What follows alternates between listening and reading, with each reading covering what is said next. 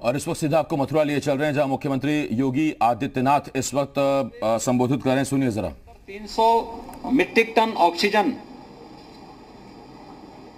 जो हॉस्पिटल के द्वारा, मेडिकल कॉलेजेस के द्वारा स्वयं अपने एग्रीमेंट के आधार पर या अपने स्तर पर एयर सेपरेटर प्लांट लगा करके स्थापित किए गए थे, उनसे उनका काम चल लेता था।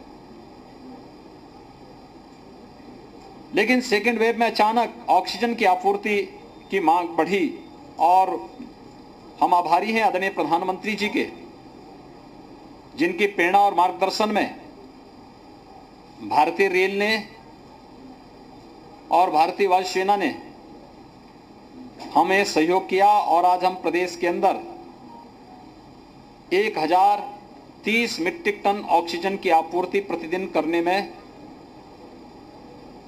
सक्षम हुए हैं। और ये आपूर्ति ऑक्सीजन एक्सप्रेस के माध्यम से भी और भारतीय वायुसेना के माध्यम से भी हम लोग इस कार्यक्रम को सफलतापूर्वक संपन्न कर रहे हैं। प्रदेश के अंदर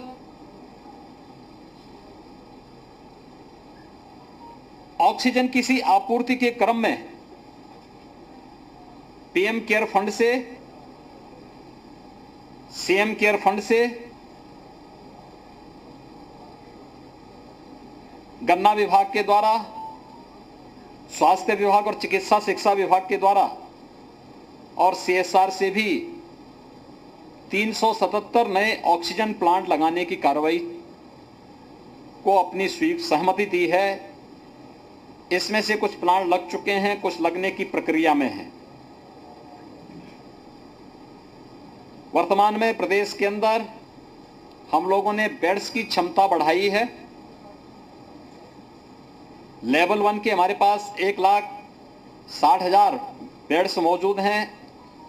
लेवल 2, लेवल 3 के 80,000 बेड्स वर्तमान में प्रदेश के अंदर मौजूद हैं, जिनमें हर कोरोना पॉजिटिव को चिकित्सीय सुविधा उपलब्ध कराने का प्रयास किया जा रहा है। इसके साथ ही प्रदेश के अंदर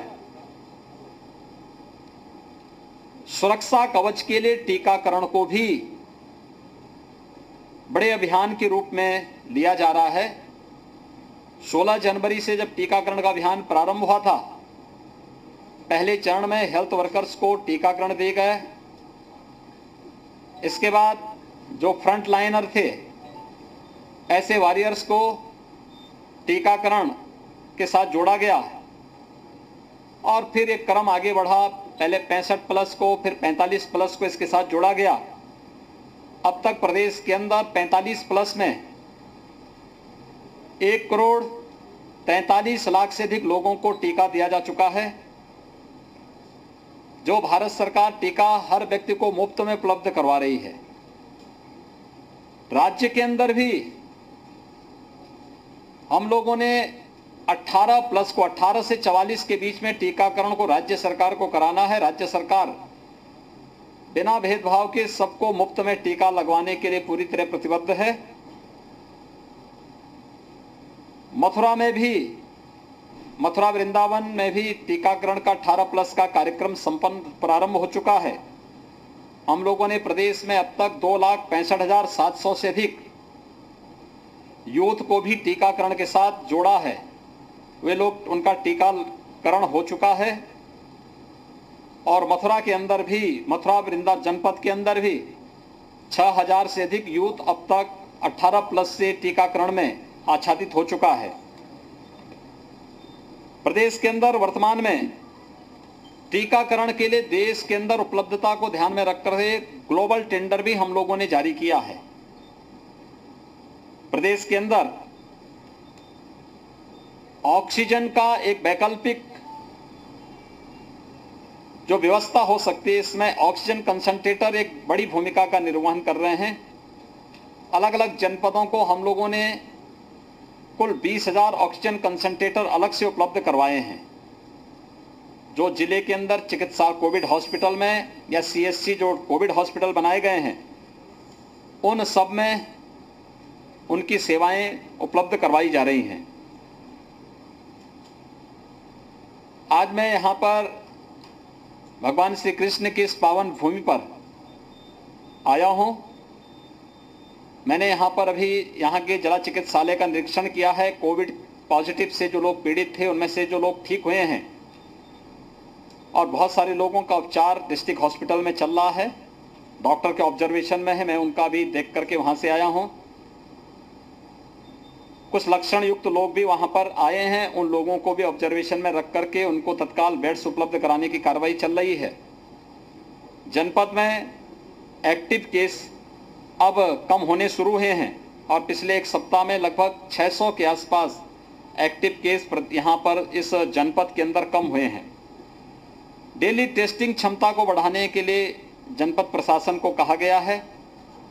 जो 20% की पॉजिटिविटी रेट थी उसको निरंतर कम करते हुए 15% तक लाने में सफलता प्राप्त हुई है और यह कार्य निरंतर यहां पर चल रहा है। वर्तमान में 96 वेंटिलेटर, 56 ऑक्सीजन कंसंट्रेटर यहां पर उपलब्ध कराया गया है और बेड्स की क्षमता भी पिछले एक सप्ताह में यहां 100 से अधिक ऑक्सीजन युक्त आइसोलेशन बेड्स यहां पर उपलब्ध कराए गए हैं। 45 प्लस के यहां पर अब तक जो वैक्सीन दिए गए हैं उनमें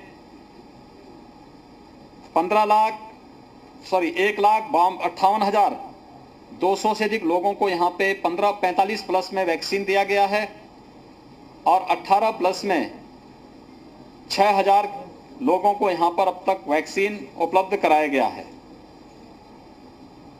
मैं धन्यवाद दूंगा यहाँ के अपने जनप्रतिनिधियों को भी, जिला प्रशासन को भी और उन सभी को जिन्होंने ऑक्सीजन की मांग होने के साथ ही यहाँ पे ऑक्सीजन प्लांट भी प्रारंभ करने में अपनी मदद की।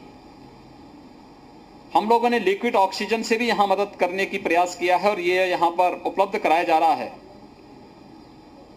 वर्तमान में कुल 11 नए ऑक्सीजन प्लांट यहाँ पर स्वीकृत किए गए हैं, जिनके माध्यम से आने वाले समय में ऑक्सीजन में आत्मनिर्भरता या किसी भी परिस्थिति का सामना करने में मथुरा जनपद सक्षम होगा और बाहर की निर्भरता पूरी तरह समाप्त होगी। कोविड कार्य के लिए 32 एम्बुलेंस केवल जनपद के अंदर डेडिकेट की गई हैं, जिनके माध्यम से लोगों को ये सुविधा उपलब्ध करवाने में मदद मिलेगी। कोविड यह एक महामारी है और महामारी को एक सामान्य फ्लू मानने की भूल हमें नहीं करनी चाहिए।